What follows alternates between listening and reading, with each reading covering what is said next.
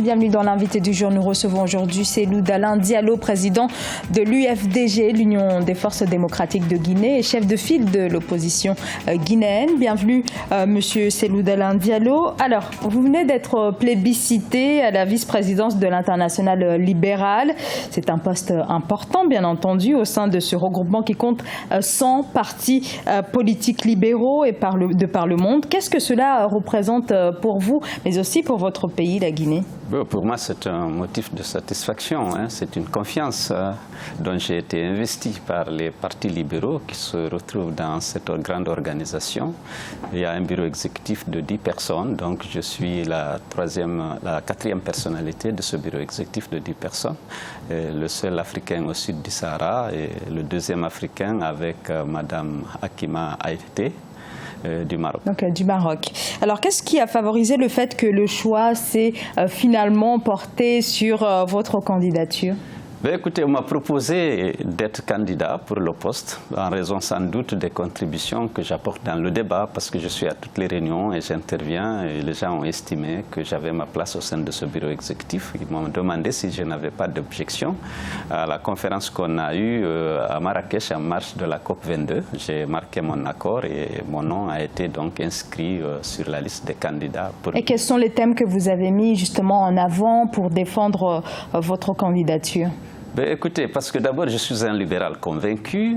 Comme je l'ai dit, là-bas, j'ai été traumatisé fortement pendant mon adolescence, parce qu'avec la révolution socialiste, j'ai été voir des gens pendus parce qu'ils étaient supposés être des contre-révolutionnaires. Il y a des proches qui sont morts par jet noir au Camboiro. J'ai vu que le socialisme comportait tellement de restrictions de liberté et de violations de l'homme, le socialisme scientifique qu'on a connu en Guinée, que très tôt, traumatisé par tout ce que j'ai vu, j'ai décidé d'être un libéral pour la liberté de l'homme, une doctrine qui fait confiance à la créativité et à la responsabilité de l'homme. Et donc, lorsque j'ai été à la tête du parti, on a adhéré à l'Internationale libérale. Très bien. Alors, on en vient à présent à l'actualité guinéenne. Alors, il y a quelques jours, devant le Parlement bruxellois, vous avez abordé la vie politique de votre pays. Vous avez dressé un constat plutôt alarmant de la vie politique. Vous avez parlé de la corruption. Vous avez contesté la légitimité de l'actuel président Alpha Condé. Est-ce que c'était le bon endroit pour aborder ces sujets-là? N'est-ce pas là une problématique dont il faut parler entre Africains? Oui, bien sûr, on en parle en Afrique. Vous savez, en Guinée, on a tenu plusieurs dialogues avec la mouvance pour essayer de défendre nos revendications et obtenir leur satisfaction. Mais ceci dit, vous savez que l'Europe et les pays africains qui sont ACP, nous avons la Convention du Cotonou, qui a eu la sagesse de contractualiser le respect d'un certain nombre de valeurs, le respect des règles et des principes de la démocratie et de l'état de droit, la protection des droits humains. Donc il est important que les Européens, les élus européens sachent dans quelle mesure la Guinée respecte ses engagements pris dans l'accord de Cotonou et pour que effectivement les instruments mis en place puissent jouer l'occasion. Mais est-ce que ce discours prononcé devant des Européens, est-ce que vous n'avez pas peur que justement ce discours-là place une nouvelle fois le continent dans un positionnement de continent devant être assisté?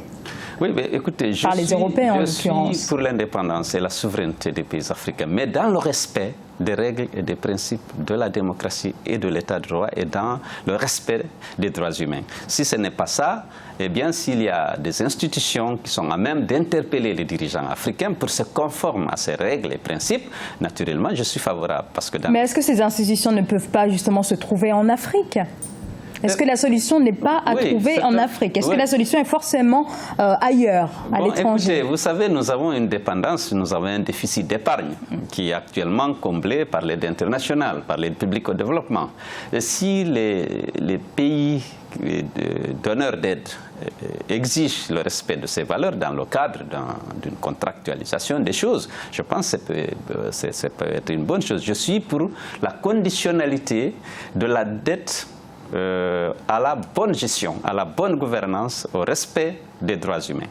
Je suis pour ce principe parce que laissés à eux-mêmes, certains dirigeants africains, naturellement, ont tendance à violer ces règles-là et à se comporter en dictateur. Alors justement, peut-être un changement au cours des prochaines années. Les législatives sont fixées à 2018, ensuite, après la présidentielle, fixée à 2020. Est-ce que vous vous orientez vers une candidature unique donc, de la part de l'opposition guinéenne?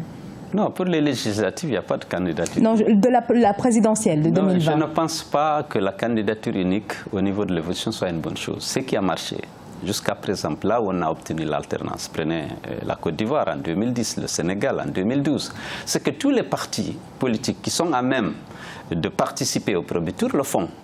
Mais avant, les partis de l'opposition qui privilégient l'alternance décident de s'aligner derrière celui d'entre eux qui serait qualifié pour... Mais est-ce que dès le départ, il ne serait pas plus judicieux de vous rassembler afin de faire comme une sorte de primaire et envoyer un seul candidat de l'opposition? Lorsque vous êtes dans une élection à 2 tours, la vocation de chaque parti politique, c'est de participer aux élections. Ça te permet de se mesurer, de savoir qu'est-ce qu'on pèse dans le pays.